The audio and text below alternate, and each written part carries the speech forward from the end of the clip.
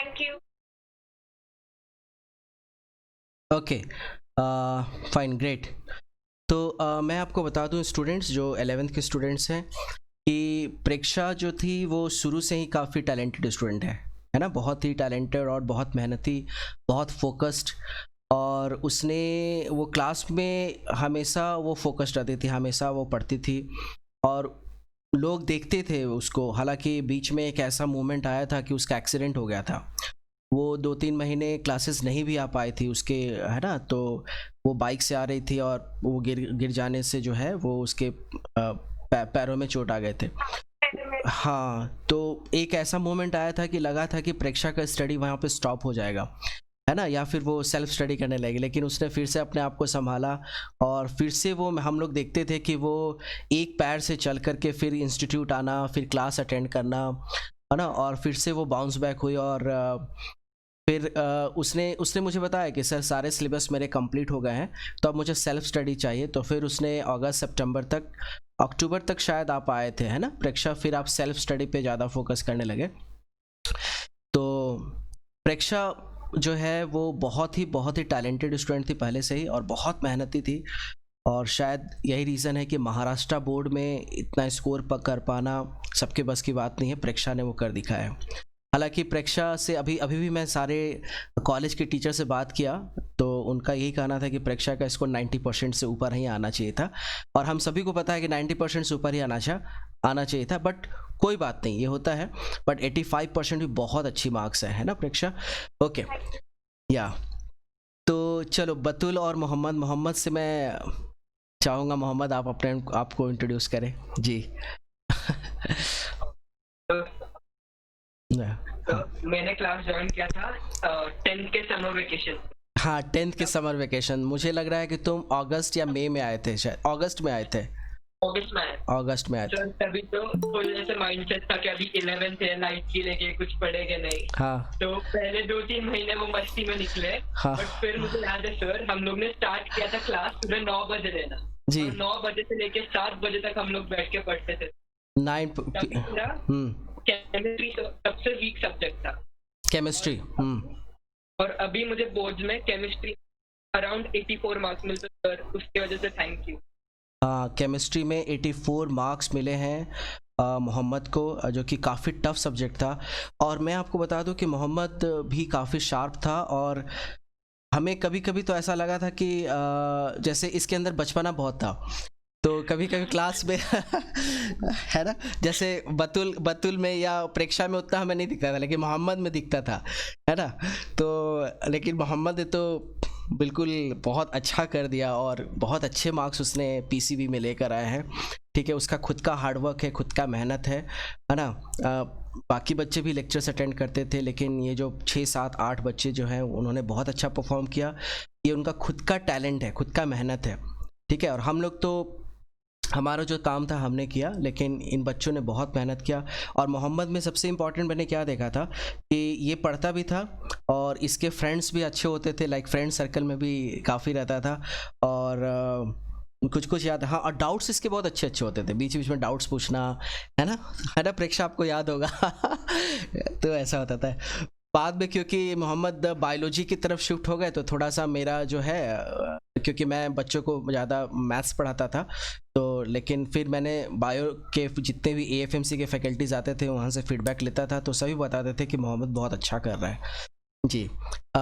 बतुल, आप अपने बारे में इंट्रोड्यूस कीजिए। हाँ। गुड इवनिंग, आई एम बतूल। तो मैंने आपकी क्लास और 10th स्टैंडर्ड की वैकेशन में मैंने ज्वाइन किया था आपकी क्लास। जी जी। तो तभी तो हार्डली हम लोग 4-5 बच्चे थे, तो स्टार्टिंग में तो बहुत मजा किया। वही तो। देन थोड़े थोड़े महीने के बाद हम लोग सीरियस होने लगे थे। हाँ, बट फिर थोड़ा ब्रेक होता था बीच में, क्योंकि वो ध्यान नहीं दे पाती थी, अटेंशन नहीं। True true. तो वो स्पीड पकड़ा, और फिर बहुत ऐसे स्लोली और अच्छे से हो गया सब, क्वेश्चन और सब होने लगा। सब टीचर्स फैकल्टी सब बहुत अच्छे थे। जी जी। मार्क्स में बहुत इम्प्रूवमेंट हुआ, मतलब स्टडी पैटर्न चेंज हो गया था पूरा, जी। क्योंकि हमें आदत नहीं थी सर इतने आज बैठने की, पढ़ने की। हाँ हाँ। तो फिर आपके क्लास के थ्रू तो आदत हो, जी जी। इसलिए आज हम लोग बैठे और पढ़ा हम लोग। हाँ हाँ, नहीं बिल्कुल, क्योंकि एक्चुअली बतुल जब आए थे ना 10th से, तो बतुल और मोहम्मद तो मैंने उनका 10th में भी बहुत अच्छा परसेंटेज था। बतुल का हैंड राइटिंग बहुत अच्छा था। बतुल में ये था कि क्लास में बड़ा सीरियस बैठती थी वो और बड़ा अच्छे से सुनती थी। मुझे भी याद है, ठीक है। और उसने बहुत एफर्ट लगाया, मेहनत किया उसने, और बहुत अच्छा है बतुल, बस आप करते रहो। होप कि आपने चैलेंज के लिए डाला है वो भी सक्सेसफुल हो जाएगा, क्योंकि मुझे पता है आपके बारे में, आपका पोटेंशियल मुझे पता है, तो वो डेफिनेटली आपको पे बैक तो होगा ही होगा, ठीक है। अनिमेशा पे आते हैं। अनिमेशा के बारे में आपको बच्चे बता दें कि अनिमेशा ऑलराउंडर रह चुके हैं, और अनिमेशा में सबसे इवन प्रेक्षा आपने भी देखा होगा अनिमेशा और बतुल की, हमेशा अनिमेशा का हंसते रहना है ना, हमेशा फेस पे स्माइल, बहुत अच्छी बात है, क्योंकि आजकल के हमेशा जो टेंशन होता है लोगों के फेस पे, वो कभी भी अनिमेशा के फेस पे नहीं दिखा। और हमें बाद में पता चला कि अनिमेशा ब्लैक बेल्टन है ना। फिर और अनिमेशा का एक चीज़ और भी था कि वो हालांकि उसको एपीए जाना पड़ता था, तो थोड़ा सा क्लासेस में डिस्टर्ब रहता था वो, मैंने आने जाने में, लेकिन जहाँ भी उसको जो भी मिलता था, वो सुबह का क्लास, शाम का क्लास, वो वेकेशन भी यूटिलाइज करता था। तो अनिमेशा आप अपने बारे में थोड़ा इंट्रोड्यूस कर दीजिए बच्चों को। जी जी। Good evening everyone. My name is Animesha Alagappa and I think मैं 10th के रिजल्ट के बाद ही आया था सर के पास। हमने बहुत ढूंढे थे क्लासेस पे, जाके EMC2 मिला जो सबसे बेस्ट क्लास लगा मुझे अभी तक। जी थैंक यू। EMC2 मेरे लिए एक दूसरी फैमिली है सर। अभी भी मैं मिस करता हूँ सर। लॉकडाउन में पूरे ऑनलाइन क्लासेस हो रहे थे, क्लासरूम सारे मिस कर रहा था। जी जी बिल्कुल, नहीं वही, और हमें भी बहुत अच्छे स्टूडेंट्स मिले आप लोग के जैसे, है ना, और काफ़ी मज़ा आता था। हम लोग भी मिस करते हैं आप लोग को, ठीक है। और अनिमेशा से हम लोग उनके एक्सपीरियंस को शेयर करेंगे। हम देवांजन को कॉल करते हैं। देवांजन अवेलेबल हो? अच्छा, देवांजन के बारे में मैं चाहूँगा कि भाई इनके बैचमेट्स बताएं। प्रेक्षा, आपने क्या नोटिस किया था देवांजन में? तो मैं देवांजन के साथ नहीं थी, क्योंकि जब हाँ वो इवनिंग में चला गया था, कभी कभी कुछ क्लासेस। अच्छा, शायद मोहम्मद देवांजन मेरे क्लास में से सबसे अच्छा दोस्त था मेरा। अच्छा अच्छा। उसने मुझे जितना हेल्प किया है ना, उसका किसी ने भी नहीं किया होगा सर। पढ़ाई में काफ़ी हेल्प उसने किया था देवांजन ने। देवांजन में एक हमेशा बॉडी लैंग्वेज काफ़ी पॉजिटिव दिखता था, नहीं, हमेशा एनर्जेटिक रहना, क्लासेस अटेंड करना, नहीं, प्रॉब्लम को सॉल्व करना, ये सब बहुत चीज़ें था उसमें, है ना। तो उसने नोट्स भी अच्छे शेयर किए थे, और वो क्लास के बीच में डाउट्स भी बता देता था, कुछ आया तो डाउट्स भी बता देता था।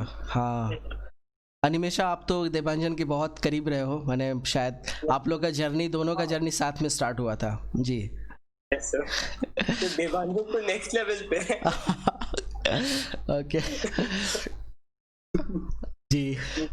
देवांजन आप अपने आप को इंट्रोड्यूस कर दीजिए बच्चों को।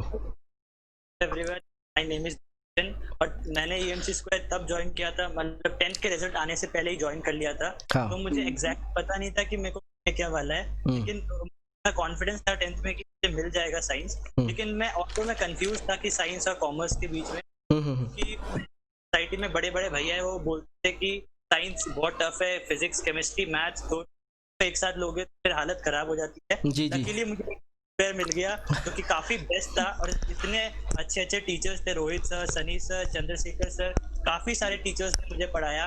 रोहित सर तो मेंटर रहे हमारे, बेस्ट मेंटर रहे हमारे, हर चीज में गाइड किया हमको, मोटिवेट किया, हर चीज किया हमको। हमें लाइफ लेसन्स भी दिए क्लास के बीच में, काफी सारे यूजफुल भी है हमारे लिए। जी जी जी, चलो बहुत बहुत धन्यवाद देवांजन। चलो तो मैं स्टार्ट करूंगा। अदिति, आपका कोई क्वेश्चन है? अदिति है अवेलेबल? अदिति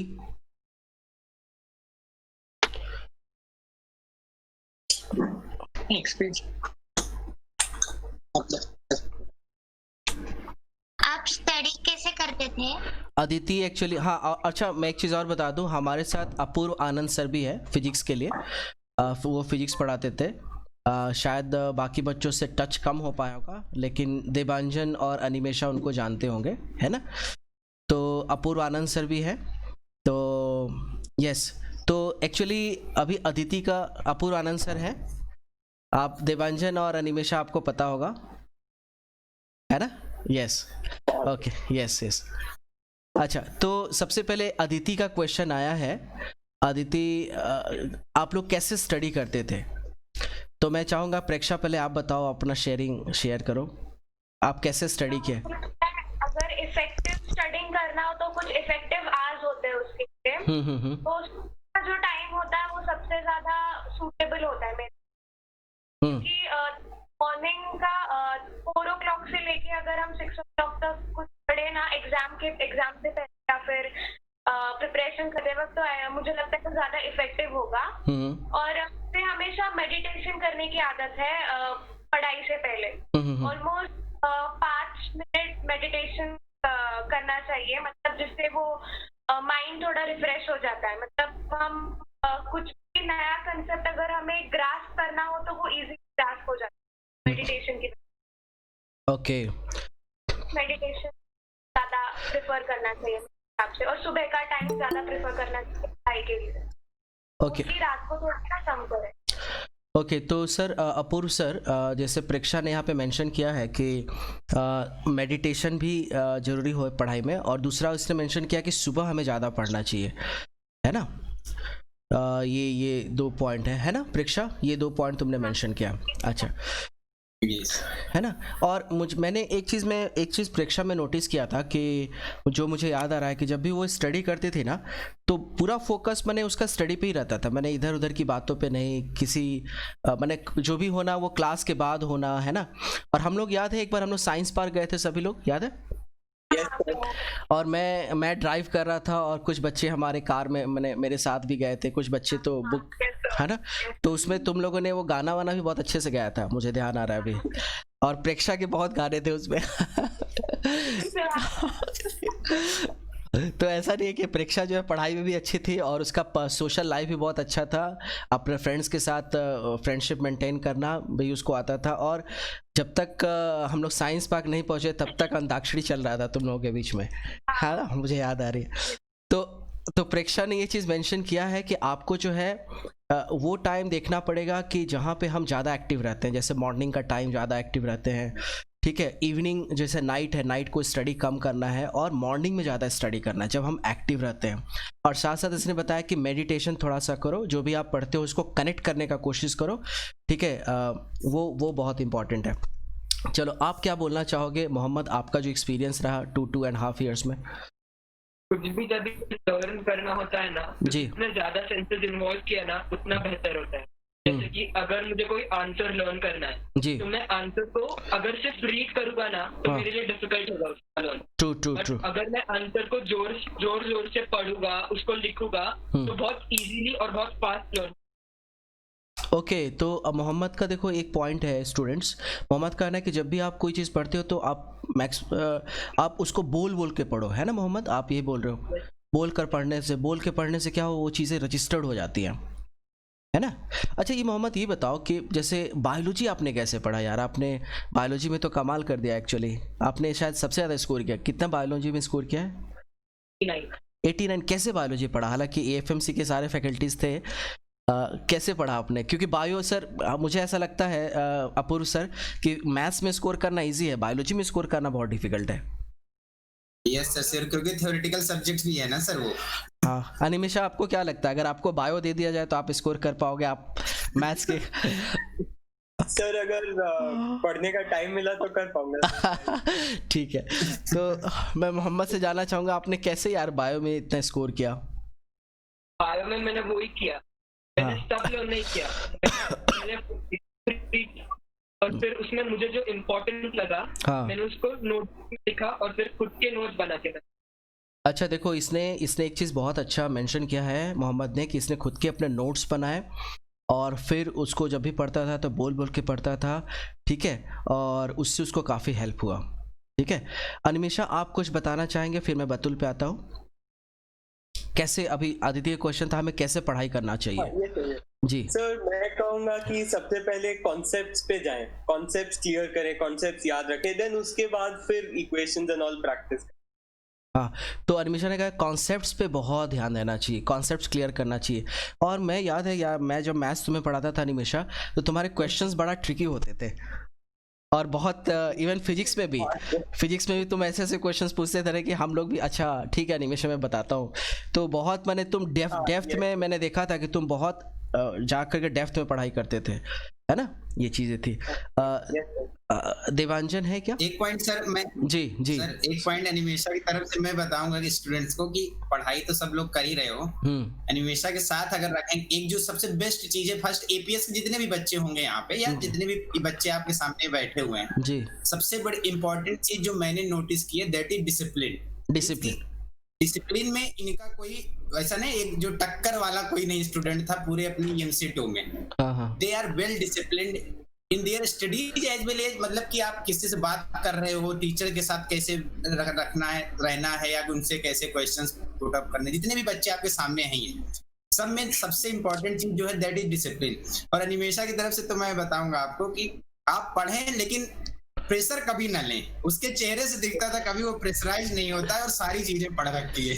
हाँ, एक चीज सर मैंने आप बिल्कुल आपने सही बताया कि जैसे परीक्षा में भी आप देखिए, परीक्षा में भी काफी डिसिप्लिन था, नहीं कभी भी। हाँ, मैंने देखा, मैंने स्टार्टिंग से लेकर अभी तक कभी भी, है ना, डिसिप्लिन में रहना, क्लास में वो कोशिश करते थे। हालांकि बच्चे हैं सर, इवन बतुल है या मोहम्मद है, ये सब सारे मैंने काफी डिसिप्लिन में थे। हो गया, एनिमेशा, प्रेक्षा, सब मतलब सिंसियरिटी और डिसिप्लिन मेन चीज है। पढ़ाई तो सबने किया था जितने भी बच्चे हैं हमारे इंस्टीट्यूट, हाँ। बट ये सारी चीजें इंपॉर्टेंट है कि उन्होंने बहुत अच्छे से मैनेज किया है जिसका रिजल्ट आपके सामने है।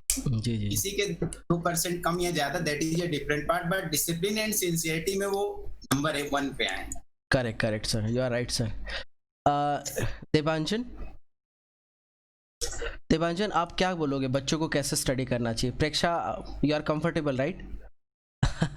ओके, ठीक है। हाँ, मेरे लिए एक मेजर इशू था कि मुझे जाना होता था, तो सुबह का टाइम तो हमारे स्कूल में चले जाता था और फिर हम लोग दोपहर को आते थे 30 को, फिर सीधा क्लास को आना होता था।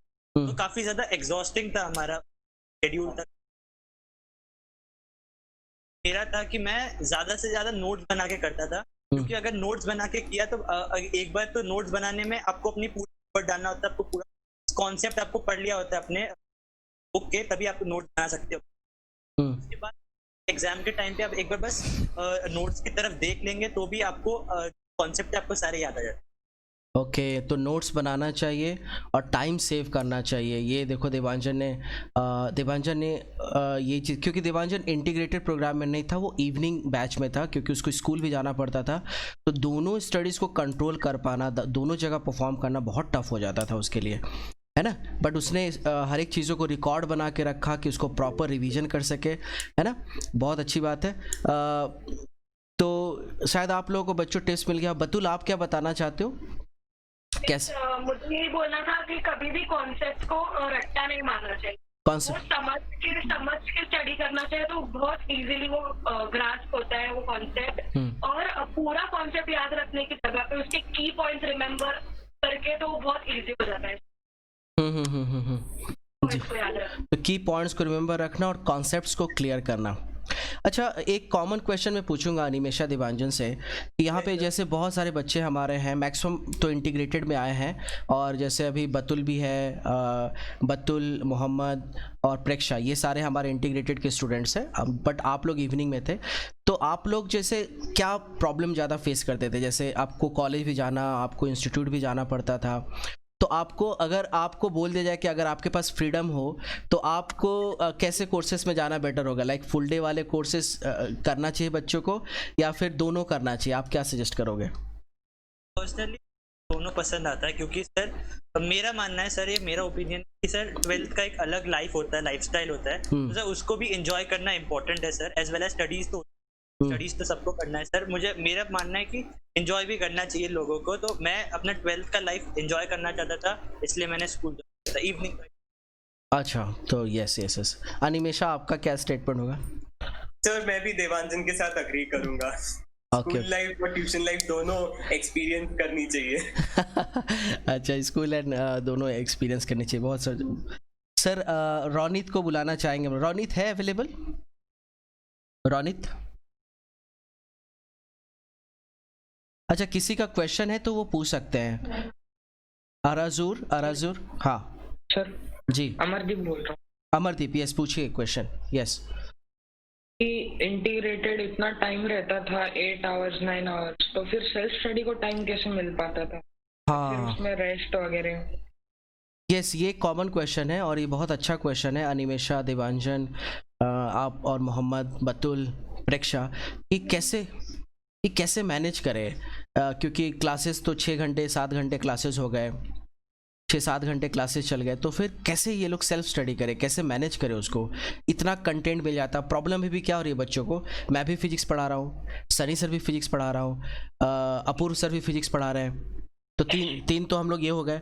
मैं इनको मैकेनिक्स पढ़ा रहा हूँ, अपूर्व सर फ्लूइड मैकेनिक्स पढ़ा रहे हैं, और सनी सर जो हैं वो अभी ऑप्टिक्स से स्टार्ट किया है, तो फिजिक्स का तीनों टॉपिक स्टार्ट हो गया है ना। अब उसको मैनेज करना। दूसरा क्या हो रहा है, केमिस्ट्री भी चल रहा है पैरेलली, बायोलॉजी भी चल रहा है, मैथ्स मैंने स्टार्ट किया है, फंक्शन। तो इनका क्या हो रहा है कि वो सुबह से शाम, जैसा आप लोगों का था ना 6-7 घंटे 8 घंटे, आप तो अभी 6-7 घंटे 8 घंटे इनका ऑनलाइन, तो ये कैसे मैनेज करें इस स्टडी को? जी मोहम्मद, बतुल। मेरा एक टाइम टेबल फिक्स था, मैं इसके बिना कुछ नहीं कर पाता था। अच्छा। जैसे कि मैं सुबह 6 o'clock को उठ जाता था जी। और जो 6 to 7:30 का टाइम था तो मैं पढ़ता था तभी। मैं मेरा सेल्फ स्टडी करता था, मैं क्लास के लिए खुद को प्रिपेयर करता था। तो फिर मैं जब क्लास में आता था तब मुझे बीच में 1-2 घंटे का ब्रेक मिल जाता था, जिसमें मैं खुद के नोट्स बनाता था, मैं असेस करता था कि क्लास में क्या था। घर जाने के बाद 8-8:30 हो जाता था जी। उसके बाद मैं 1.5 आवर थोड़ा खेलने जाता था, मैं जिम जाता था। तो जो रात का टाइम था ना, तो 10 o'clock से लेके 11 o'clock तक, तब मैं सिर्फ एक टाइम देख जाता था क्लास में क्या पढ़ा है, सिर्फ एक टाइम रीड करता था ताकि मैं अपने आप को नेक्स्ट डे के लिए। अच्छा जी। ऐसे जाते जाते वो अपने आप मेमोराइज होने लगा। ओके, मीन्स कहने का मतलब है कि मोहम्मद का ये कहना है कि ऐसा कुछ नहीं कि इसमें कुछ भी बहुत इम्पॉसिबल सा चीज़ें हैं, और क्योंकि अगर हम प्रिपरेशन कर रहे हैं तो इतना टाइम तो हमें देना ही पड़ेगा। तो जैसा कि मोहम्मद ने एक चीज़ मेंशन किया कि सुबह जो है, सुबह 1.5 घंटे वो सेल्फ स्टडी करता था, अपने आप को लेक्चर्स के लिए प्रिपेयर करता था, फिर शाम में आने के बाद फिर जिम जाता था वो, और इस तरह से उसने अपना एक डिसिप्लिन बना रखा था कि इतने आवर्स तो हमें स्टडी करना ही करना है। ठीक है, तो वो स्टडी के लिए वो टाइम निकाल लेता था, है ना। अच्छा, अनिमेशन, बतुल क्या बोलना चाहेंगे आप? जी, कैसे बच्चे मैनेज करें, क्योंकि ये तो पूरा 6-7 घंटे तो क्लास में ही रहते हैं। जी जी, या बतुल स्टार्ट कीजिए। हाँ। तो मैं बोलती थी वही कि जब भी ब्रेक मिलता था तभी थोड़ा रेस्ट कर लेते थे हम लोग। हाँ। और फिर जब स्टडीज का टाइम रहता था तब अच्छे से स्टडी कर लेते थे।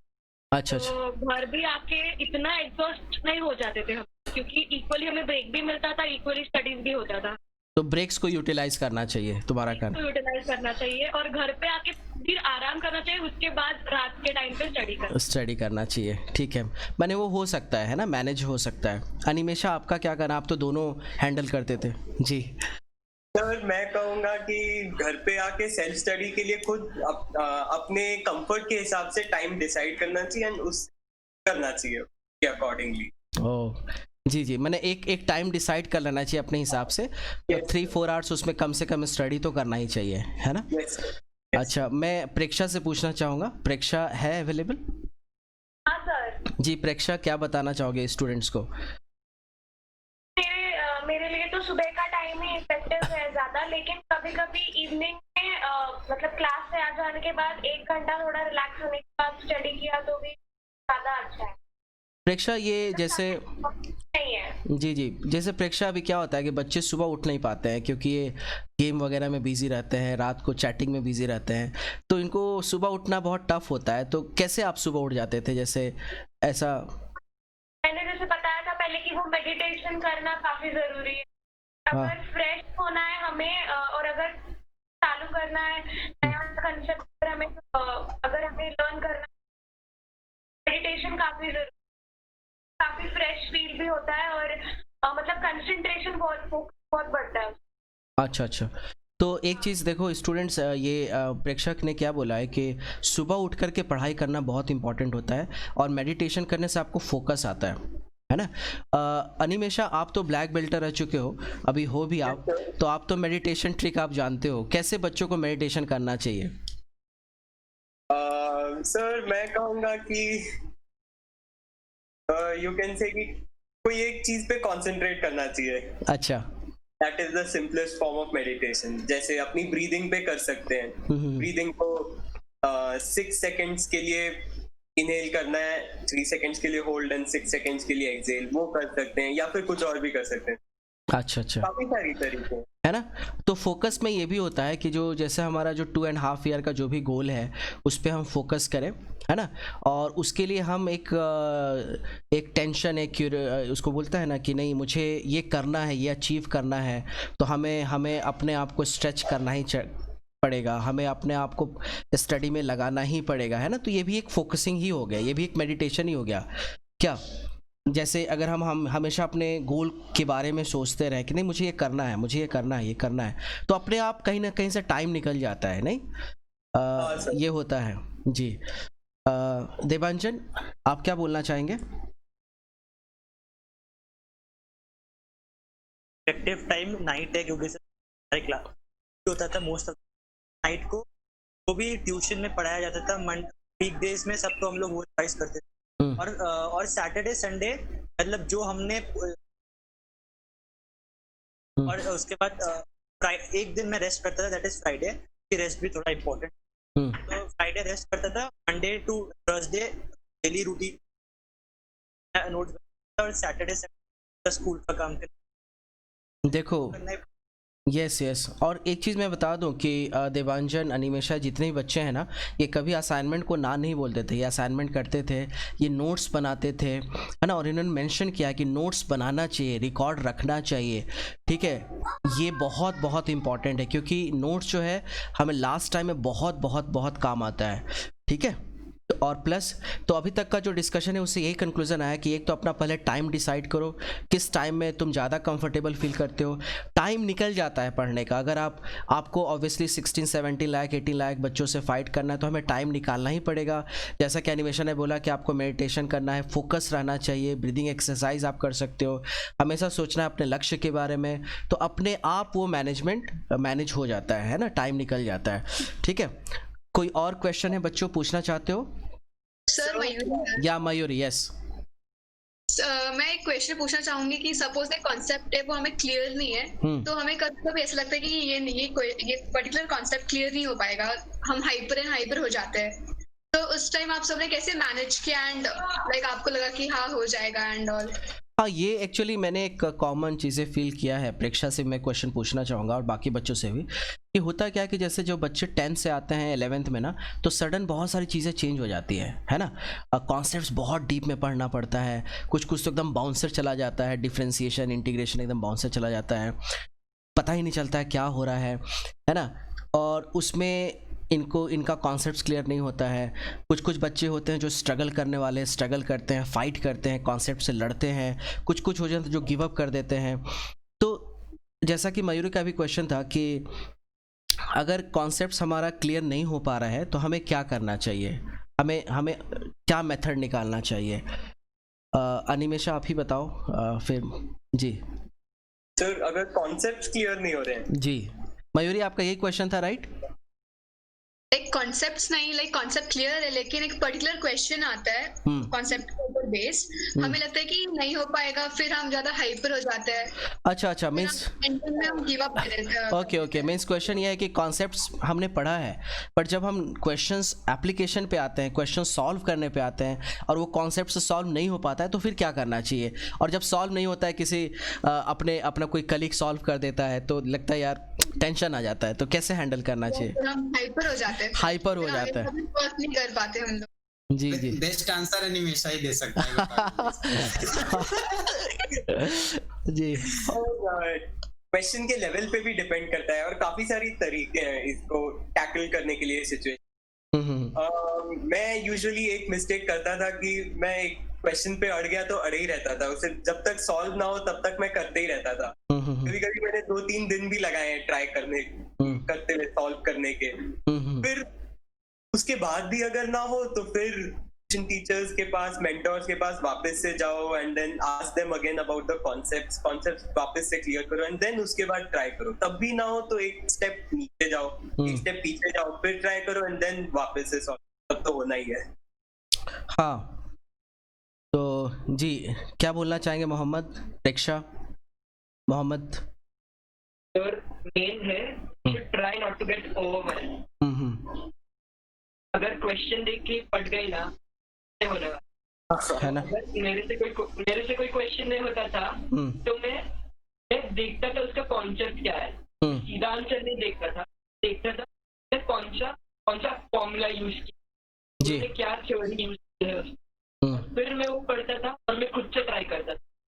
अच्छा, मैंने कहने का मतलब है कि अगर हम अप्लाई नहीं कर पा रहे हैं कॉन्सेप्ट, और जैसा कि अभी एनिमेशन ने बताया ना कि लेवल कोई क्वेश्चंस ऐसे होते ही हैं जो हो सकता है फर्स्ट अटेम्प्ट में सॉल्व ना हो, लेकिन ऐसा नहीं कि उसको हमें प्रयास करते रहना है, और नहीं बने तो अपने सीनियर से पूछो, अपने टीचर से पूछो, ट्यूशन टीचर से पूछो, है ना। तो उसके पीछे लगे रहना पड़ता है, क्योंकि वो कहीं ना कहीं एक लर्निंग एक्सपीरियंस देता है। हमें पता चल जाता है कि उस क्वेश्चन को सॉल्व करने के कितने मेथड नहीं हो सकते हैं, तो वो भी एक लर्निंग एक्सपीरियंस ही है। क्वेश्चन नहीं सॉल्व होना और उस क्वेश्चन को सॉल्व करने का मेथड सर्च करना भी एक बड़ा लर्निंग एक्सपीरियंस होता है, ठीक है।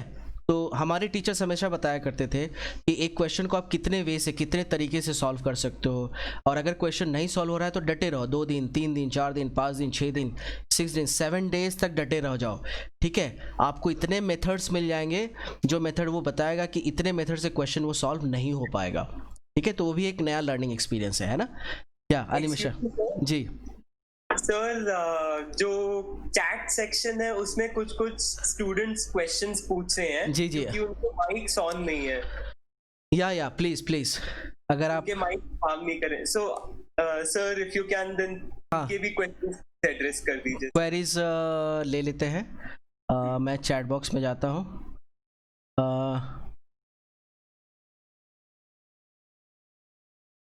ओके, मुझे जो आया है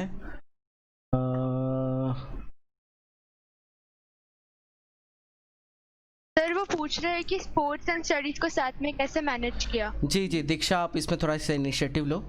स्पोर्ट्स एंड स्टडीज कैसे मैनेज किया? हाँ, दोनों को कैसे मैनेज कर सकते हैं एक्चुअली, क्योंकि ये लोग तो नेशनल लेवल के लिए सभी लोग सारे बच्चे जा रहे हैं, है ना। तो दोनों को कैसे मैनेज किया जा सकता है? देवांजन क्या बोलना चाहोगे? देवांजन ने तो बहुत इफेक्टिवली, प्रेक्षा आप हो अवेलेबल? जी प्रेक्षा, कैसे मैनेज करें दोनों चीज़ों को, जैसे स्पोर्ट्स है या मेडिटेशन है या स्टडीज़ है या फैमिली है, फ्रेंड्स है, इन सबको कैसे मैनेज करें यार? बहुत डिफ़िकल्ट हो जाता है इन सबको मैनेज करना, फिर परफॉर्म भी करना। ये एक साथ सारे काम हो सकते हैं क्या? सर वो जो स्पोर्ट्स का है सर, मुझे लगता है सर अगर आप अपने फ्रेंड्स से अगर आप कहते हैं कि हमें कुछ कंसेप्ट एक्सप्लेन करें तो मुझे लगता है वो ज़्यादा अच्छा रहेगा। मतलब वो ज़्यादा अच्छे से आता है जब फ्रेंड्स आते हैं, कंसेप्ट बहुत अच्छे से हो जाता है। तो मेरी भी एक फ्रेंड थी स्पोर्ट्स में, काफ़ी प्रॉब्लम होती थी कंसेप्ट समझने में, और स्पोर्ट्स के लिए बहुत ज़्यादा उसके स्कूल्स बहुत बंक होते थे, उसके वजह से वो हमसे करते थे कि हम उसे पढ़ाए, उसकी वजह से उसका स्कोर काफ़ी अच्छा आया। अच्छा, तो लेकिन अगर मान लो कि कोई जैसे प्रेक्षक कोई स्पोर्ट्स में भी है, कोई स्टडी में भी है, तो दोनों को कैसे मैनेज करेगा वो?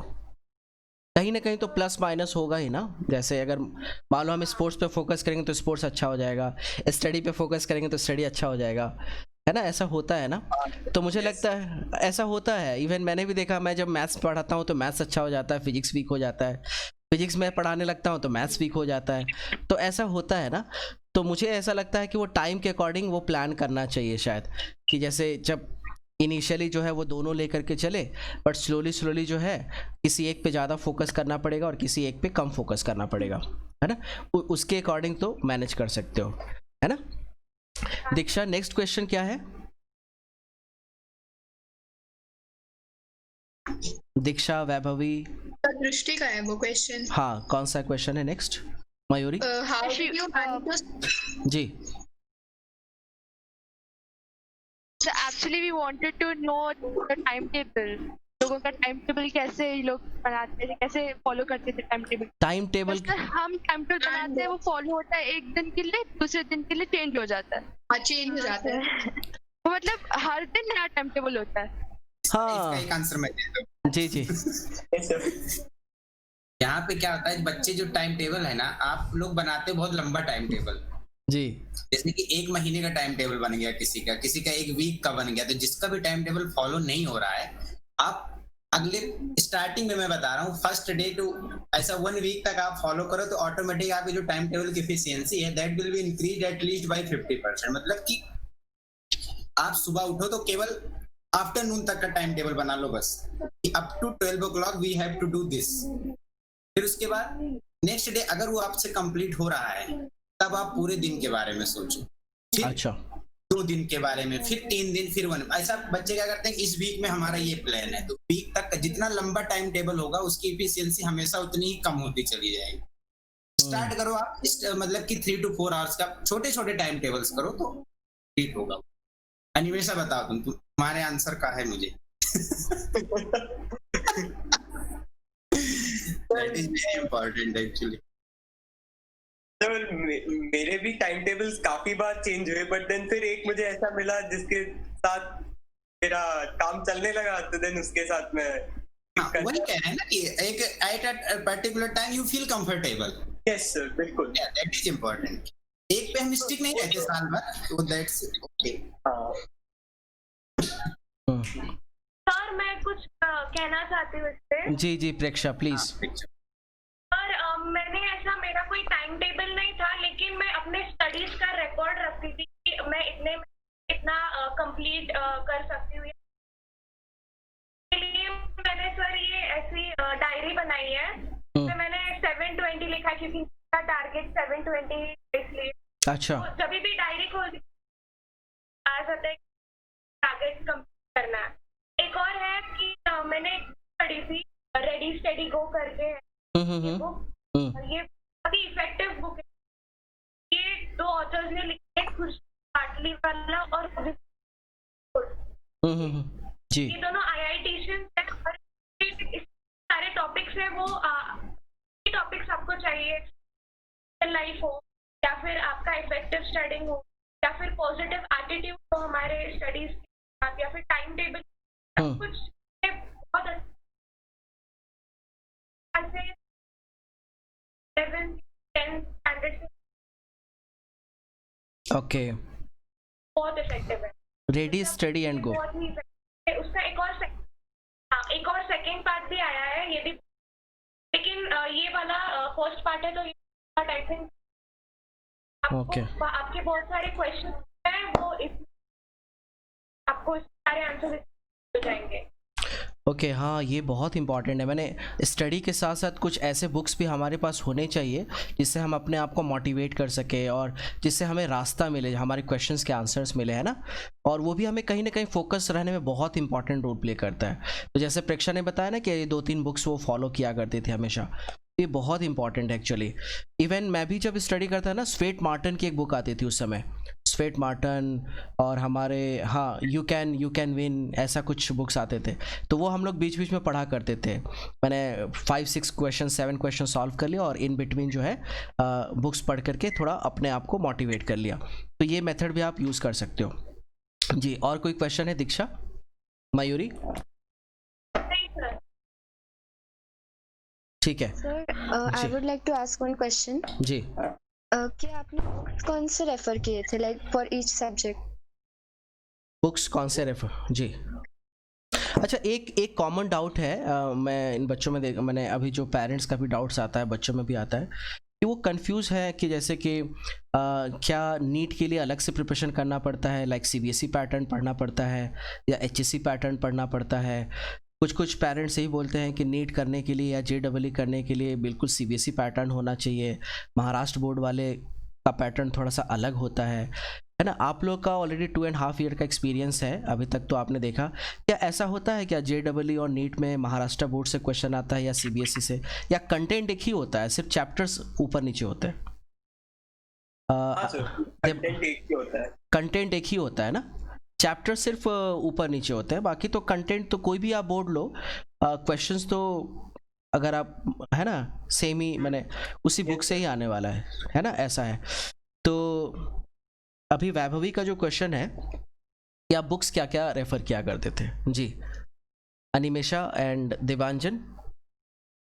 सर मैंने तो आपकी बुक्स रेफर की है सर। अच्छा, जो मैंने बुक दिया था आपको वो मैंने वो आपने रेफर किया था, चलो है ना। और उसके साथ जो आपके एनसीईआरटी और स्कूल के जो बुक होंगे वो आपने रेफर किया था, वो तो है। देवांजन, क्या क्या करना चाहिए बच्चों को? अच्छा, बहुत सारे पेरेंट्स का डाउट है कि भाई सीबीएसई अलग होता है, एचएससी अलग होता है, नीट जेईई के लिए हमें सीबीएसई का पैटर्न फॉलो करना चाहिए, एचएससी से नहीं हो पाएगा, क्या ऐसा है क्या रियली? ऐसा मैंने, हाँ आप क्या बोलना चाहेंगे? सीबीएसई सर कंटेंट सेम, बस सीबीएसई में आपको 11th में पार्ट पढ़ा दिया जाता है, 12th इलेक्ट्रॉनिक्स या इलेक्ट्रिक्स का पार्ट पढ़ा दिया है, और एचएससी में आपको कंबाइंड आधा मैकेनिक्स और आधा इलेक्ट्रिक्स आपको 11th में पढ़ा दिया जाता है, 12th में आपको आधा आधा पढ़ाया जाता है। तो उससे बस थोड़ा सा क्या होता है कि आपको रिकॉल करने में थोड़ा सा इजी होता है, उल्टा एचएससी में आपको रिकॉल करने में, सीबीएसई में अगर समझो आप अगर मैकेनिक्स में वीक हो तो आपको रिकॉल करने में काफी प्रॉब्लम होगा, जैसे मुझे हुआ था, रिकॉल करने में काफी प्रॉब्लम। एचएससी अगर आप चाहो टच रहता है, कनेक्शन रहता है कि आप कहाँ से कनेक्ट कर सकते हैं, डॉट्स कनेक्टेड रहते हैं। हाँ, ये बहुत अच्छा पॉइंट बताया। मैंने देखा था ना कि बतुल एंड मोहम्मद के बच्चे जो सीबीएसई के स्टूडेंट के जो बच्चे थे उनको मैकेनिक्स वगैरह 11th में ही पढ़ना था, पर जब वो 1.5 ईयर के बाद जब वो जेईई के लिए गए या 12th के लिए गए, जेईई के लिए जब प्रिपरेशन कर रहे थे तो उनको फिर वो 11th का पोर्शन रिवाइज करना पड़ता था। लेकिन एचएससी में ऐसा नहीं था, एचएससी में तो दोनों, हाँ पूरा अपोजिट हो जाता था, तो एचएससी वालों के लिए रिकॉल करना ईजी हो जाता था। तो जी अगर मैं बोर्ड के पर्सपेक्टिव से ये पॉइंट देखता हूँ, तो जब मैं मेरे 12th का पढ़ रहा था तो मुझे 11th की टेक्स्ट बुक्स भी रेफर करने पड़े थे। Very good. तो बोर्ड के पर्सपेक्टिव से है ना, मुझे बहुत डिफिकल्टी आई थी क्योंकि मैंने जो कॉन्सेप्ट्स 11th में पढ़े थे मुझे फिर से 12th में वो पढ़ना पड़ा। देखो, ये बहुत इंपॉर्टेंट पॉइंट मोहम्मद ने बोला है। मोहम्मद क्या बोलना चाह रहा है कि जब मैं 12th में पढ़ रहा था तो जब भी मैं कोई कॉन्सेप्ट में फंसता था तो 11th का भी बुक रेफर करता था, ये एक्चुअली उसका ये बोलना है, ठीक है। अच्छा, तो ऐसा तो कोई सिलेबस में तो कोई अंतर नहीं है ना, मैंने सीबीएसई फॉलो करेंगे तभी हमारा नीट निकल पाएगा या जेईई निकल, ऐसा कुछ भी नहीं, कुछ नहीं है सर। बट एनसीईआरटी से स्टिक होना चाहिए बायोलॉजी के लिए, बायोलॉजी के लिए है ना। बायो तो एचएससी में इतना खराब गया है ना सर, क्या ही बोलूं।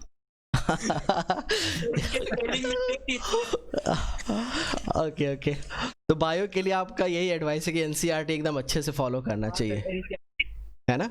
अच्छा, ओके। और कोई क्वेश्चन है? सानिका, अंश, कोई क्वेश्चन है आपका? सर मैं क्वेश्चन पूछना हूं। जी मयूरी, यस सर देवांजन से। हाँ देवांजन। मैं खुद एपीएस से हूँ, तो फिर आप नॉन इंटीग्रेटेड में थे ना, इवनिंग बैच में, तो आपको इवनिंग नाइट वाला टाइम पढ़ाई के लिए बेस्ट सुटेबल हुआ या फिर मॉर्निंग लाइक 2 to 6 या फिर रात में फ्रॉम 10 to 2 और 10 to 3, कौन सा बेस्ट लगा?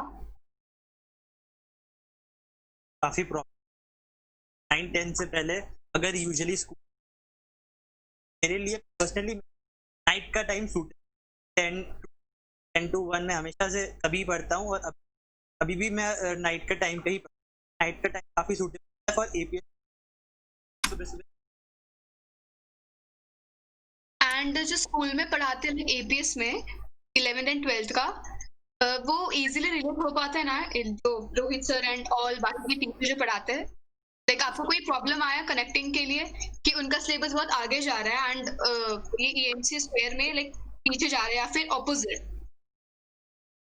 एपीएस में फिजिक्स के टीचर्स फिजिक्स के लिए सिर्फ रोहित सर को रेफर करता था, क्योंकि जो मेरे टीचर फिजिक्स के वो उतना अच्छा नहीं पढ़ाते थे, उन कॉन्सेप्ट क्लियर नहीं कर पाते थे, तो मैं फिजिक्स में और रोहित सर फिजिक्स बहुत सही लगा था मुझे, तो सर मैं जो सर पढ़ाते थे मैं वही फॉलो करता था। मेरा एपीएस का काफी बार पीछे गया है, बट वो बाद में मैनेज हो जाता है, ज्यादा problem. Okay, thank you. Okay, yes. तो मुझे एक क्वेश्चन पूछना है। जी दीक्षा प्लीज। एक्चुअली तब से ये पूछना था मुझे कि आपके लिए क्या ये इजी था कंटिन्यूस बैठने के लिए? बस अभी हम 10th स्टैंडर्ड से आ रहे तो थोड़ा सा डिफिकल्ट होता है। 10th के लिए इतना नहीं बैठते थे जैसे कि जितना क्या भी बता, तो ऑनलाइन चल रहा है ये सर। ओके एक्चुअली क्वेश्चन ये है कि ये लोग मैंने सुबह से, अभी हमारा 7 o'clock से क्लास स्टार्ट हो जाता है, 7:30 से स्टार्ट कर देते हैं हम लोग, है ना। और फिर वो मैंने 7:30 में मेरा मैथ्स का क्लास होता है, फिर मेरा फिजिक्स का होता है, फिर सनी सर का क्लास होता है, फिर आपको फिर केमिस्ट्री का क्लास होता है, फिर रात को अपूर्व सर का क्लास होता है, बायो का होता है। तो ये जो है उतना इनको मैंने उतना स्टडी करने की आदत नहीं है, तो ये कैसे क्या करें उसके लिए, है ना दीक्षा? शायद आपका ये क्वेश्चन है ना, मैंने आप कैसे बैठ पाते थे आप लोग इतना, ये है? हाँ सर, वही पूछना है बिकॉज अभी तो हम 10th से आए, इतनी आदत नहीं है बैठने की, इतनी आदत नहीं है, पेशेंस लूज हो जाता है, और वो भी ऑनलाइन में तो बहुत ज़्यादा लूज होता है। क्या बोल जी बतुल मोहम्मद, ये शायद इंटीग्रेटेड में ही थे दोनों बच्चे हमारे, और प्रेक्षा भी इंटीग्रेटेड में थी, तो ये दोनों आंसर्स दे सकते हैं इस क्वेश्चन के। यस बतुल, आपके साथ मोहम्मद, आपका माइक शायद ऑफ है, मोहम्मद एंड बतुल। तो वो स्टार्टिंग में थोड़ा डिफिकल्ट हो जाता है। अच्छा बतुल, मोहम्मद, मैं एक चीज़ इंटरप्ट करना चाहूँगा कि शायद कभी कभी आप लोगों को रात को 9 बजे भी घर जाना पड़ता था बायो के क्लास के बाद, है ना, तो सुबह जाएगी फिर।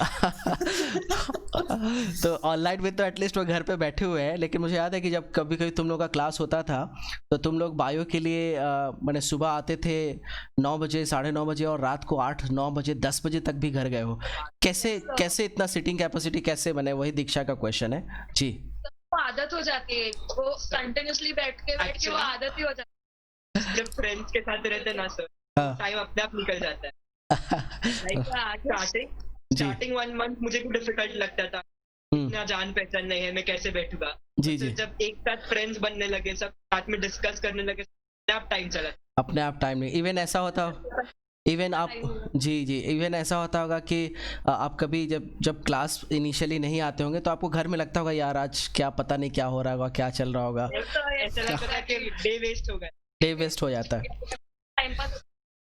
बिल्कुल। और मैं एक्चुअली अभी तो क्या ऑनलाइन चल रहा है ना, तो अभी इनका अटेंडेंस वो फोटो क्लिक करके मैं नहीं ग्रुप पे भेज पाता हूँ, लेकिन मुझे याद है कि आप लोगों का फोटो ऐसे फोटो क्लिक करके मैं ग्रुप पे भेजता था कि सारे बच्चे प्रेजेंट है, कौन एब्सेंट है ना, तो ये सब चीज़ें हमारी चलती थी।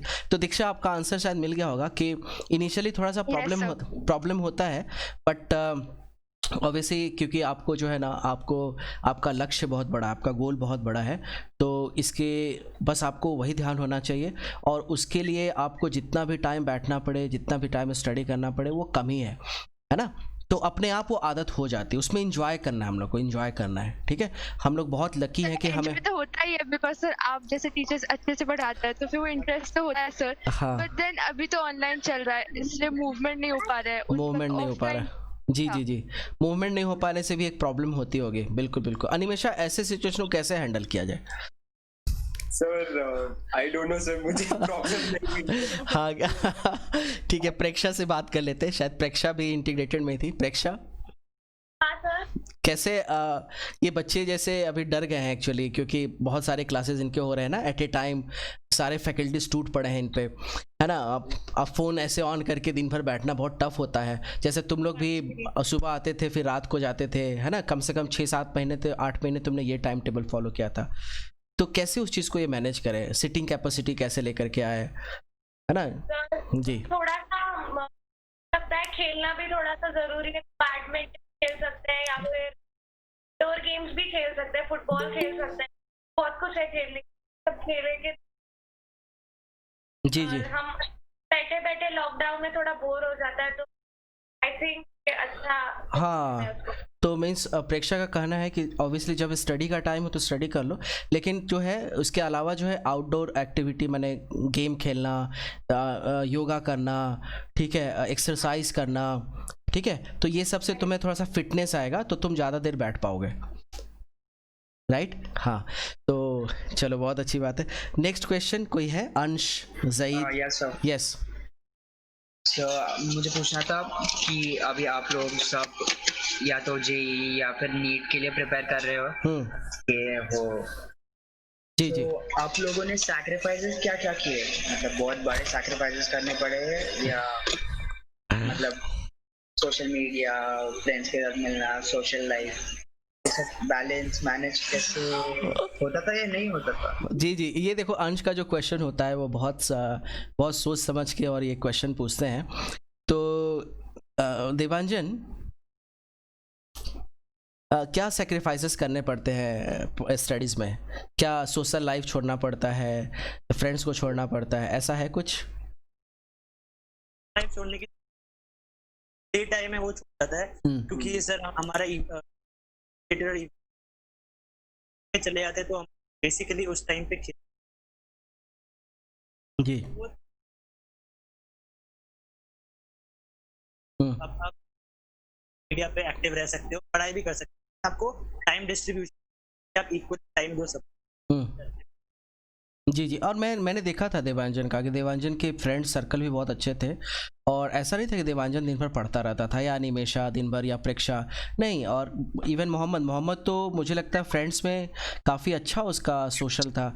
तो ऐसा नहीं है, जैसा कि देवांजन ने बताया ना कि आपको क्या प्रायोरिटी वाइज आपको डिवाइड कर लेना चाहिए, है ना, क्या आपके लिए अच्छा है क्या बुरा है, उसके हिसाब से आपको एक्शन लेना चाहिए।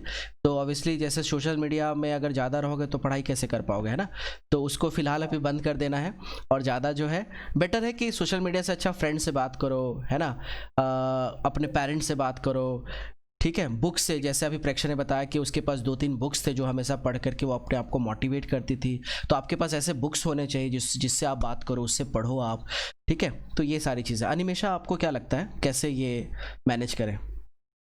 सर मैनेज तो अगर पैशन है तो फिर करना ही पड़ेगा मैनेज। और अनिमेशा, मैं आपका टाइम टेबल जानना चाहूँगा क्योंकि आप एक ऐसे फैमिली से आते हैं जहाँ पे फादर भी शायद कर्नल है, राइट? फादर भी लेफ्टिनेंट कर्नल और मदर भी लेफ्टिनेंट कर्नल है, राइट? नहीं सर, मामा कैप्टन थी।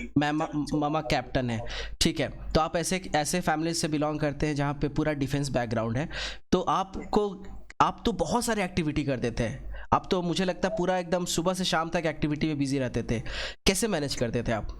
मैंने सोशल मीडिया आपको छोड़ना पड़ता था, मैंने फ्रेंड से बात करना?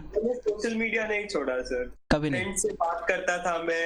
10th के बाद में मैं एक कैंप के लिए गया था, तो वहां पे मेरे काफी सारे फ्रेंड्स बने थे, और वो सब व्हाट्सएप पे नहीं थे, वो इंस्टाग्राम पे थे। तो इंस्टाग्राम पे मुझे रहना पड़ता था उनसे टच में रहने के लिए, तो मैं मैनेज करता था सर। बीच में कभी कभी दोस्तों के फोन पे भी मैंने लॉग इन किया जब मेरा फोन ले लिया गया था ट्वेल्थ में। जी जी जी, ऐसा भी होता था भाई, आपका फोन ले लिया गया था, है ना, लेकिन ठीक है। तो ऐसा है अंश कि अभी बच्चों से बात करके मुझे पता चल रहा है अंश कि आपको जो है एक तो प्रायोरिटी सेट कर लेना है, दूसरा जो है कि आप बिल्कुल फ्रेंड से आप बात करो, रिलेटिव से बात करो, सोशल होना ही चाहिए। दिन भर तो यार नहीं पढ़ सकते हो आप, है ना, और हो सकता है कि आप उनसे बात करो तब भी आपके माइंड में पढ़ाई चल रहा है ना, उस पर भी कैलकुलेशन चलते रहते हैं, उसमें भी प्रॉब्लम्स के थॉट्स आते रहते हैं, चलते रहते हैं। तो पढ़ने का मतलब सिर्फ टेबल चेयर नहीं होता है, पढ़ने का मतलब है नेचर भी है। नेचर में आप बैठे हो, आप फ्रूट्स खा रहे हो, वहाँ भी पढ़ाई चल रहा है, डिनर ले रहे हो, वहाँ भी पढ़ाई चल रहा है। तो बिल्कुल आप सारी चीज़ों को एंजॉय करो। हाँ, गिव अप कहाँ करना है आपको? जहाँ भी आपका टाइम वेस्ट हो रहा है ना, वहाँ पे गिव अप करना है, ठीक है। चलो नेक्स्ट क्वेश्चन। जी नेक्स्ट क्वेश्चन किसी का है? Sir I had a question. Yes Furqan Khan. या सर, जब आप एंट्रेंस एग्जाम के लिए प्रिपरेशन करते थे तो बोर्ड्स के लिए अलग से पढ़ाई करनी पड़ती थी या उसी में हो जाता था कवर? हाँ, एक मिनट।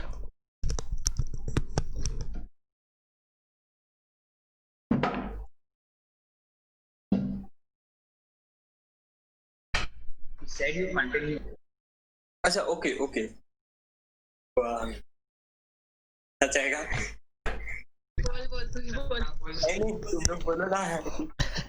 अच्छा, ये एक क्या बोर्ड्स और एंट्रेंस का सिलेबस अलग अलग है? अनिमेशा, मोहम्मद, कैसे इनको पढ़ना चाहिए यार? तुम लोग क्या एडवाइस करना चाहोगे?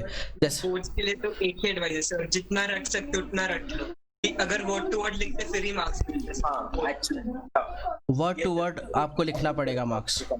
सर कितने भी कॉन्सेप्ट्स आते हैं वो HSC वाले मार्क्स काटेंगे ही सर, अगर उनके हिसाब से नहीं रहा थ्योरी। हाँ, तो इसलिए उनको नोट्स, प्रॉपर नोट्स बनाना चाहिए। जो बायो स्टूडेंट्स है मैं तो उनको बोलता हूँ अगर बोर्ड में अच्छे मार्क्स है तो रट लेना एक बार टेक्स्ट बुक। मैंने टेक्स्ट बुक को रटना बहुत ज़रूरी है। जैसे देवांजन ने बनाया कि उसने नोट्स बनाता था और नोट्स को वो बहुत फॉलो करता था, चाहे स्कूल का हो या कोचिंग का नोट्स हो, नोट्स बनाता था, है ना। तो चीज़ों को लिखना रटना भी ज़रूरी हो जाता है कभी कभी। अच्छा, ये जैसे अभी ये 10 से है ना, 10 से उनको अभी 2-2.5 साल का जर्नी ट्रैवल करना है, ये कैसे स्टडी करें? लाइक पहले मैंने कॉम्पिटिटिव एग्जाम पे फोकस करे ये, या बोर्ड्स पे फोकस करे, या फिर आप क्या एडवाइस अभी तक का जो भी आपका एक्सपीरियंस रहा है प्रेक्षा? जी मोहम्मद। 11th में उनको कॉम्पिटिटिव पे ही फोकस करना चाहिए। बोर्ड का लास्ट 2-3 महीने है ना, उसमें आराम से हो जाता है। अच्छा, तो बोर्ड का मैंने उतना टेंशन नहीं है। बोर्ड्स नहीं सर, बोर्ड का ज्यादा टेंशन नहीं है। बोर्ड का मीन्स अगर 2 months इनफ है सर। बोर्ड्स के लिए 2 months इनफ है अगर प्रॉपर हम पढ़ते रहे। जी आप क्या बोलना चाहोगे देवांजन? एग्री कर सर, से बोर्ड के लिए 2 महीना काफी है। आप बस प्रीवियस ईयर क्वेश्चन पेपर और सैंपल पेपर लगातार सॉल्व करो, आपको बोर्ड में आराम से अच्छे मार्क्स। अच्छा, बिल्कुल। और मैंने देखा है ना इन बच्चों में, इन्होंने कभी बोर्ड का टेंशन लिया ही नहीं था। ये लोग क्या करते थे ना कि ये लोग चैप्टर्स को पहले अच्छे से पढ़ते थे, है ना। जो भी चैप्टर है जैसे काइनेमेटिक्स है तो उसको एंजॉय करना, थर्मोडायनेमिक्स को एंजॉय करना, पढ़ते थे। एक बार आपका कॉन्सेप्ट क्लियर हो गया ना तो फिर बोर्ड को कोई प्रॉब्लम होता नहीं है ना। उसको फिर करना क्या पड़ता है, उसके पैटर्न से, जैसा कि मोहम्मद ने बताया कि 3-4 महीने पहले बस सीरियस हो जाना है, बस उस पैटर्न से पढ़ना है। अभी आपको क्या करना चाहिए कि अभी जो भी चैप्टर्स है उस चैप्टर के डेप्थ में जाना, उसको सीखना, उसके कॉन्सेप्ट्स को समझना, उस पर MCQ सॉल्व करना, ये हमें करना चाहिए। बोर्ड का प्रिपरेशन अपने आप अपने उसके साथ साथ होता चला जाता है ना। जी, और किसी का क्वेश्चन है? प्रेक्षा, आपका कुछ बोलना है इसमें? प्रेक्षा सर, मुझे लगता है कि अगर ये लोग, मतलब मैं जब 10th में मुझे भी स्टार्टिंग में समझ में नहीं आता था, है ना, लगता था कि ज्यादा वास्ट है और कभी कंप्लीट नहीं पाएगा, लेकिन बाद में धीरे धीरे आदत पड़ जाती है सर, ऐसा लगता है। लेकिन बाद में हैबिट हो जाती है, यूज हो जाते हैं, है ना। तो आप प्रेक्षा क्या एडवाइस करोगे कि जैसे इनको पहले बोर्ड पैटर्न को फॉलो करना चाहिए या कॉम्पिटिटिव एग्जाम्स का, या फिर चैप्टर्स को पढ़ना चाहिए, अच्छे से सीखना चाहिए? आपका क्या सजेशन रहेगा? मेरे ख्याल से पहले कंसेप्ट हम अच्छे से मतलब हम पहले अच्छे से करें और फिर लास्ट का 2 महीने आई थिंक बहुत सफिशिएंट है बोर्ड के लिए। लास्ट के 2 मंथ बहुत सफिशिएंट हो जाते हैं, बहुत सफिशिएंट है। अगर फिर भी आपको थ्योरी में कुछ प्रॉब्लम आ रही है तो आप 1 घंटा, रोज के 1 घंटा एटलीस्ट आप देख सकते हैं कि बाबा इस आंसर को हमें आप कितने पॉइंट्स लिखने हैं हर एक चैप्टर के लिए, ऐसे कर सकते हैं। तो जैसा कि बच्चों इन्होंने बताया कि लास्ट का जो 2 to 3 मंथ्स होता है वो बोर्ड पे डेडिकेटेड करना चाहिए। अभी हमें चैप्टर्स को एंजॉय करना है, चैप्टर्स को सीखने पे ध्यान देना है ना। सीखने पे ध्यान देना ये बहुत इंपॉर्टेंट। क्या अनिमेशा, आप शायद अग्री करोगे? हाँ सर, मैं अग्री करता हूँ इसके साथ। अच्छा, चलो नेक्स्ट क्वेश्चन। ज़ईद, ऋषि, मयूरी, फुरकान, अनहेरी, दृष्टि, मिताली, यस, सांभवी, प्रेक्षा, अमरदीप, वैभवी, साइमा पटेल, ताहिर।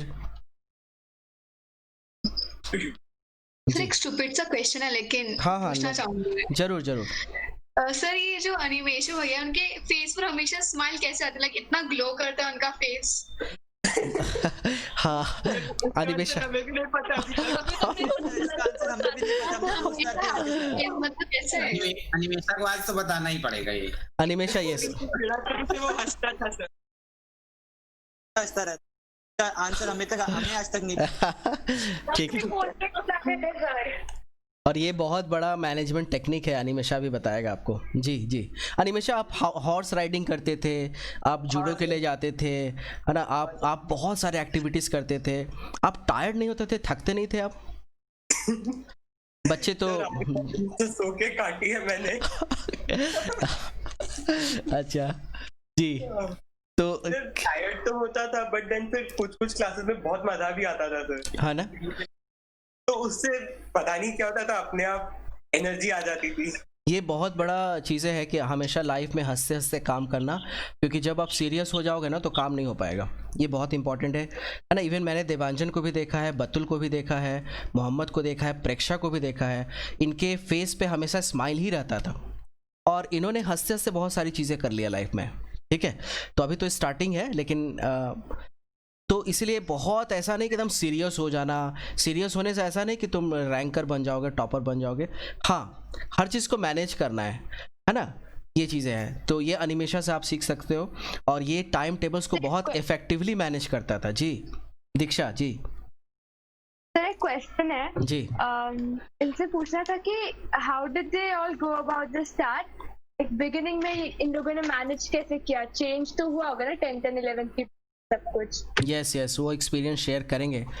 क्या लगता है मोहम्मद, आप तो भी अच्छे स्कूल से आए थे, देवांजन कैसे उन्होंने ये चेंज को कैसे मैनेज किया 10th से 11th 12? जी, स्टार्टिंग में तो ऐसे लग रहा था कि कहाँ पे डाल दिया है, कैसे होगा, ऐसे लग रहा था कि 10th से मस्त खेलने में निकल गया, ये 11th में कहाँ पे फंस। बट सर क्या हुआ, आया अनिमेशा आया, आकिफ आया, दोस्त बन गए। हम लोग क्या होते ब्रेक में नीचे जाते थे, चिप्स खाते थे, बैडमिंटन खेलते थे, बहुत मजा आता था जी। घर पे रहने का मन नहीं करता। एक्चुअली वही लगता है अभी कि 10th में कितना अच्छा वही मिसिंग है chips. That will be only for 1 month. Start enjoying classes more. जी। तो हाँ, देवांजन कुछ बोलना चाहते हैं आप शायद। जी सर स्टार्टिंग में प्रॉब्लम होती, लेकिन सर शुरू में आया था सर, मेरे को भी प्रॉब्लम हुआ था। फिर सर सब मैंने कनेक्ट किया, मोहम्मद, आकिब, सब लोग थे, हम लोग काफी इंजॉय करते थे। स्टार्टिंग में उतना प्रिपरेशन का नहीं होता, लेकिन इंजॉय करने में मजा आता है। फिर बाद में जब 12th में हाफ में फिर थोड़ा सा फिर लगा हाँ प्रिपेयर हो गया। करेक्ट। तो जैसा कि बताया कि एंजॉय, पहले तो भी एंजॉयमेंट करते थे हम लोग, है ना। फिर 11th के बाद, मैंने 11th मिड के बाद तुम लोग थोड़ा काफ़ी सीरियस हो गए थे। 11th मिड के बाद सीरियस हो गए थे, है ना। तो दीक्षा बिल्कुल अभी आपका स्टार्टिंग है, तो हो जाएगा, सब कुछ नॉर्मलाइज हो जाएगा। जी एक्चुअली मेन वही प्रॉब्लम है ना कि बच्चे जो घर पे है ना, नहीं तो फिर जैसे साथ में यहाँ पे क्लास में आते थे तो साथ में खेलना, लंच वगैरह सब साथ में करते थे, तो एक उसका अलग एंजॉयमेंट रहता था। जी, वो ग्रुप एक मिल जाता था। हाँ, ग्रुप एक्टिविटी जो थी ना अभी आपकी हो नहीं रही है, इसलिए आपको ऐसा प्रेशर फील हो रहा है जो अभी 11th में है करंट में। अदरवाइज ऐसा कोई इशू नहीं है कि आपको इतना ज्यादा बर्डन लग रहा है ना, जो ये सिर्फ आप घर पे हो और एक्चुअली कनेक्शन जो है वो ऑनलाइन कितना भी हो, बट एक लेवल है उसका। जी। तब आपके साथ में आप पूछ सकते हैं कि ये लोग भी रहते थे, 1-1 घंटे के लिए 2-2 3-3 घंटे के लेक्चर होते थे, लेकिन कभी बता नहीं सकते कि बोर हो गए या मुझे घर जाना है हमें। करेक्ट। वहाँ पे अलग हम तो फिजिकल क्लासेस के लिए वेट कर रहे हैं सर। फिजिकल क्लासेस जी, that's why Diksha I am telling you कि एक बार जब फिजिकल क्लासेस स्टार्ट होगी ना, तो ये आपके डाउट ना ऑटोमेटिक रिड्यूस हो जाएंगे। फिर आप खुद ही बोलोगे कि सर 8 बजे तक भी बैठे रहेंगे, यही क्लास में ही रहना है हमें। कुछ लोग यहाँ पे इतना हो जाता है। ट्रू। हाँ, ये तो है। अच्छा, ये एक कॉमन क्वेश्चन था एक्चुअली कि ये जब अभी जैसे 10 से अभी 11-12 का स्टडी स्टार्ट कर रही है, तो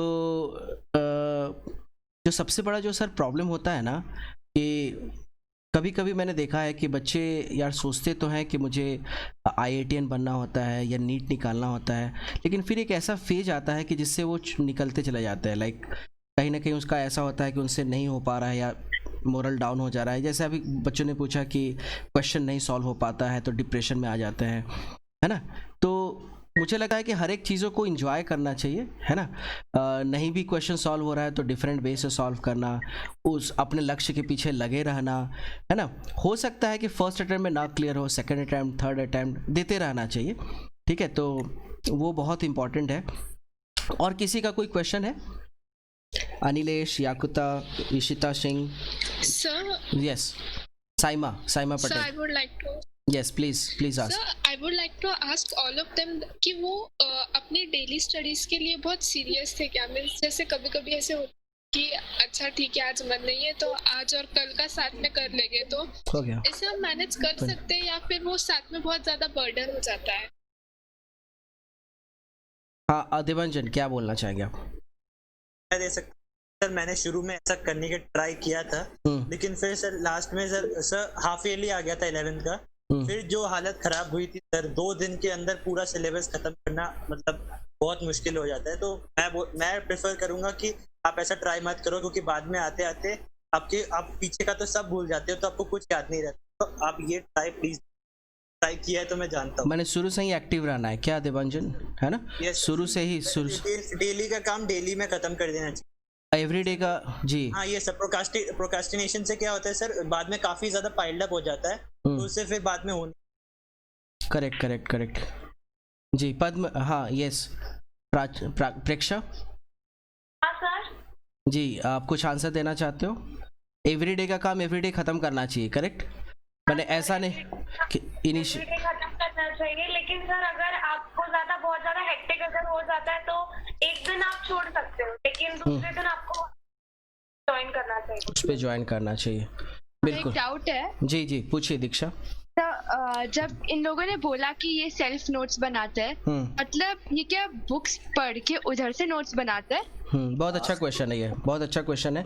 मैंने क्या वो बुक पढ़ के बनाते थे या फैकल्टी के नोट्स बनाते थे? अभी जो हमें फैकल्टीज पढ़ाते हैं हम उनके नोट्स पे डिपेंड होते हैं, बुक्स को अभी तक खोला नहीं है हमने, तो वही पूछना था कि नोट्स हम टीचर्स का रेफर करें कि प्लस एडिशनल भी हम बुक से रेफर करें। जी मोहम्मद क्या बोलना चाहेंगे आप? It depends on what you're studying for. अगर मुझे competitive का स्टडी करना है तो मैं ऑफ कोर्स मुझे जो फैकल्टी ने नोट्स दिया है मैं उस पे फोकस करूंगा, बट अगर मैं बोर्ड्स के लिए पढ़ रहा हूँ तो मैं पहले टेक्स्ट बुक रीड करता हूँ और उसके बाद खुद के नोट्स बनाता हूँ, टेक्स्ट बुक रेफर अकॉर्डिंग। और मुझे ऐसे लगता है कि खुद के नोट्स खुद ही बनाने चाहिए, ऐसे नहीं कि रेडीमेड किसने दिया और वो ले लिया, क्योंकि ऑफन उसमें ना बहुत कंफ्यूजन हो जाता है कि इसने ये लिखा है बट ये इम्पोर्टेंट है क्या। ये खुद के नोट्स खुद से बनाने चाहिए, ये बहुत बोर्ड्स के लिए तो ये बहुत अच्छा बात बताया, क्योंकि क्या होता है कि सबका नोट्स आपके पास आ जाता है, बुक्स है आपके पास, तो सारा पढ़ने के बाद एक अपना खुद का कंक्लूजन लिखना चाहिए, अपना नोट्स बहुत इंपॉर्टेंट है बनाना, जो मोहम्मद ने बताया आपको, ठीक है? तो उसके लिए ऑब्वियसली टाइम देना पड़ेगा। मैंने फैकल्टी का भी नोट्स है, बुक्स भी है, वो सब पढ़ करके फिर अपना कंक्लूजन जो है वो लिखना चाहिए, है ना? ओके हाँ, और किसी का क्वेश्चन है? हम लोग 9:30 में ख़त्म कर देंगे सेशन, तो बस आपके पास हार्डली 10 मिनट्स है ना, 10 to 5 मिनट्स है। जी कोई क्वेश्चन और है स्टूडेंट्स? दर्शन, आयशा, आराजुर, आर्य कुलकर्णी, इशिता, खुशी, अबरार। तो क्वेश्चन पेपर्स को सॉल्व करने में कितना टाइम दिया? क्वेश्चन पेपर लगा? क्वेश्चन पेपर मीन्स बोर्ड के क्वेश्चन पेपर। स्नेहा, हार्दिक, वंश, तो ये लोग नहीं है call. Okay. Samriddhi, Parul, Diksha. Past JEE question paper. अच्छा, वो क्वेश्चन पेपर्स को सॉल्व करने में टाइम लगा। पास्ट जेई पेपर, हाँ पास जेई पेपर मुझे लग रहा है कि पास जेई पेपर में तो ऑब्वियसली क्योंकि JEE के क्वेश्चंस है ना, तो उसमें तो टाइम लगेगा ही लगेगा, क्योंकि से ज्यादा ही लगता था पेपर सॉल्व करने में टाइम लगता है। हाँ जी, और कितना प्रैक्टिस हुआ है, कितना क्वेश्चन कंप्लीट हुआ है, उस पे डिपेंड करता है। उस पर डिपेंड करता है, हाँ कितना हम प्रैक्टिस रियाज में तो कभी कभी हो जाते थे बट कभी कभी नहीं होते। और क्या होता है कभी कभी इतना अंडरस्टैंडिंग नहीं हो पाता डेवलप कि सारे क्वेश्चंस निकल पाए, नहीं क्या कॉन्सेप्ट लगाना है, क्या कॉन्सेप्ट लगाना है, फिर वो क्वेश्चन छूट ही जाता है। करेक्ट। Okay, yes sir. जी साइमा, मीन्स हम लोग के जो पास्ट नीट जेईई के जो भी पेपर्स होते हैं वो हमें एकदम एंड में सॉल्व करने चाहिए या फिर हमें स्टार्टिंग से टॉपिक वाइज रिलेटेड जो क्वेश्चंस होते हैं वो सॉल्व करने चाहिए? टॉपिक वाइज ही करना चाहिए, chapter wise. Chapter wise question solve करना चाहिए, है ना? जी जी, और कोई क्वेश्चन है? फुरकान खान, अनेरी, दृष्टि, देवांजन, बस एक लास्ट मैसेज दे दो कि अगर ये जैसे अभी स्टार्ट कर रहे हैं करियर, तो इनको क्या करना चाहिए कि वो प्रॉब्लम ना कोई फेस करे लाइफ में आगे, जो उनका 2.5 आवर्स है, 2.5 ईयर्स है उनके साथ। तो आप अपने जो भी आपने अभी तक लर्न किया है, एक्सपीरियंस है, इनको आप बता दो कि ये कैसे पढ़े और ऐसा करने से उनका क्या अच्छा हो सकता है। जी। 2.5 ईयर्स सर, ये काफी लंबा टाइम होता है सर हमें कि एकदम से कंफ्यूजन पे नहीं पहुंचना कि यार 1-2 क्वेश्चन नहीं हो, ऐसे हो नहीं पाएगा, ये नहीं हो पाएगा, तो हमें सीधा कंक्लूजन पे नहीं पहुंचना चाहिए, ट्राई करते रहना चाहिए। हमें जब तक हमारा वो, जब तक हम लोग बैठे नहीं तब तक हम, और थोड़ा अगर समझो आपको नहीं हो रहा क्वेश्चन को, अब चिल रेस्ट कर सकते हो, फिर वापस आके आप वापस ट्राई कर सकते हो, तो आई थिंक वापस हो जाएगा, क्योंकि सर आपको माइंड को भी रिफ्रेश करने के लिए थोड़ा टाइम देना पड़ता है। तो सर कंटिन्यूअसली अगर आप एक ही चीज पे स्टक हुए हो तो मुझे लगता है थोड़ा सा टाइम दें। और आपको नोट्स, मैंने बोला था नोट्स काफी प्रायोरिटी रहती है मेरी, नोट्स हमें कंटिन्यूअसली बनाना चाहिए। और फिर सर शुरू बोर्ड्स के लिए भले ही थोड़ा सा टाइम दो, बट एटलीस्ट थोड़ा सा टाइम दो। 2 मंथ, लास्ट के 2 मंथ बहुत इनफ होते हैं बोर्ड के लिए, तो 2 मंथ दे दो। फिर सर मुझे लगता है कि अगर आप जो भी कर रहे हो अपना 100% दो, ताकि जब भी आपको जो भी मार्क्स मिले आप उससे सेटिस्फाइड रहो और बाद में रिग्रेट ना करो मार्क्स से कि यार और थोड़ी मेहनत कर ली होती तो अच्छा होता। तो मेरे को लगता है कि अपना 100% का बेस्ट दे, उसको जितना भी परसेंटेज या परसेंट है उसको मैटर नहीं करता, लेकिन आपको अपना 100% देना। जी, आपको अपना 100% देना चाहिए, नोट्स बनाना चाहिए, है ना? और किसी भी एक शॉर्ट गोल बनाना चाहिए। अगर कोई क्वेश्चन नहीं हो रहा है तो बार बार ट्राई करना चाहिए, थोड़ा रेस्ट करना चाहिए बिटवीन स्टडीज़, फिर से उस प्रॉब्लम पे लगना चाहिए, है ना? ये देवांजन का सजेशन है और ज़रूर इसको फॉलो करना चाहिए, ठीक है? तो अनिमेशा, आपका क्या कहना है? बस आप समरी में कुछ। जी सर, मैं भी देवांजन के साथ अग्री करूंगा कि स्टार्टिंग से ही प्रिपेयर करोगे तो और बेटर है, बट इसके साथ हमें अपने पैशन को फॉलो करना नहीं भूलना चाहिए। जो हमें पसंद है करना, हॉबीज या कुछ, we should also keep them going along with studies. Okay, वो एक मेन चीज है सर, क्योंकि हॉबीज डी स्ट्रेस करने में बहुत ज्यादा हेल्प करती है। जी, तो मैंने जो आपका स्टार्टिंग प्रिपरेशन से ही करना चाहिए, ऐसा नहीं है कि पहले 6-7 मंथ के बाद, ऐसा नहीं है, बिल्कुल स्टार्टिंग से ही वो पिकअप पकड़ लेना चाहिए, है ना? कि एंड में आकर के गेम बहुत इजी हो जाए निकालना, करेक्ट? तो है ना, जैसे हम लोग जानते हैं क्रिकेट में होता है कि स्टार्टिंग में ही अगर हमने ज़्यादा रन से स्कोर कर लिया तो फिर गेम हमारे हाथ में है, और अपना पैशन जो भी है उस पर भी टाइम थोड़ा देना चाहिए। जी मोहम्मद, आप क्या बोलना चाहोगे? सबसे इम्पोर्टेंट लगा है मेरे स्टडीज में कंसिस्टेंसी।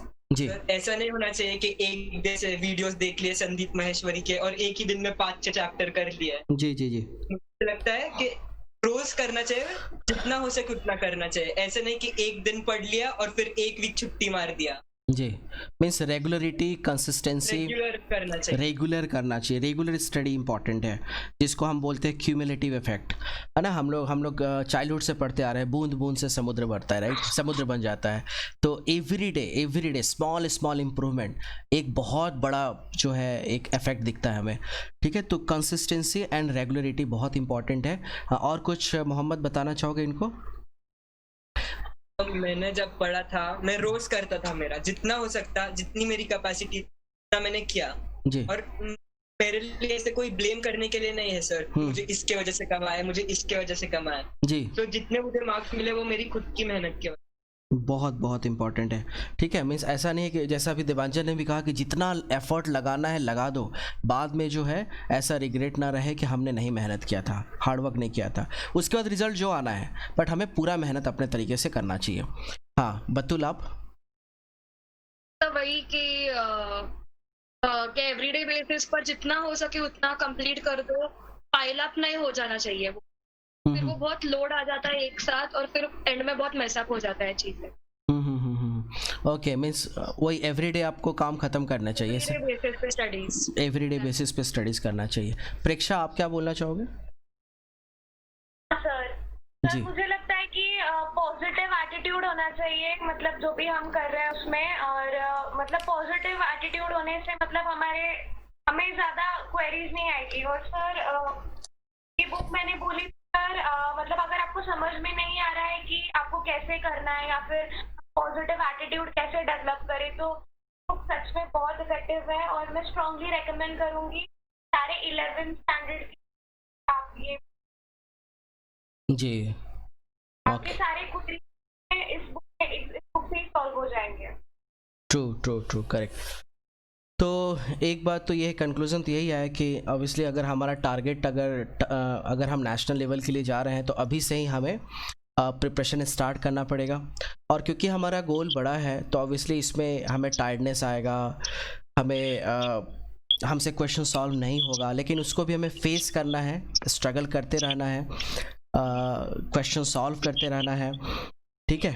और बिल्कुल जैसा इन लोगों ने बताया कि हर एक दिन एवरीडे का एक टारगेट बनाना है कि उस दिन में ये हमारा काम कंप्लीट होना चाहिए और डे 1 से हमें सीरियस हो जाना चाहिए, डे 1 से हमें सीरियस होना चाहिए, ठीक है। तो प्रेक्षा आप आए, बहुत बहुत अच्छा लगा, है ना। बहुत दिनों के बाद हम लोगों ने बात किया और फ्यूचर में भी आप बस कनेक्ट रहना, बात करते रहना, है ना, और अपने सजेशंस देते रहना कि जिससे जो जूनियर्स है आपके उनको हम लोग और बेटर से बेटर इम्प्रूव कर पाए, है ना।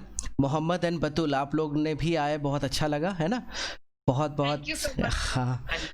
और हाँ अनिमेशा बहुत थैंक यू आपको, आप आए, अपना समय निकाला आपने सर बुलाने के लिए सर, मुझे सबको देख के बहुत अच्छा लगा सर। देवांशन फ्यूचर में भी आप आते रहना, बताते रहना बच्चों को, है ना, मैं आप लोग को हमेशा कॉल करता रहूँगा, ठीक है। और मैं रिक्वेस्ट करूँगा वैभवी, मयूरी एंड दृष्टि से कि हमारे जो स्टूडेंट्स आए हैं, ठीक है जी जी। Thank you everyone for sharing your experience with EMC2 and inspiring us. And all the best for your future. Thank you. Thank you for calling us. It was really great. All the best. Okay. Yeah. Thank you for coming. Thank you so much. Yeah.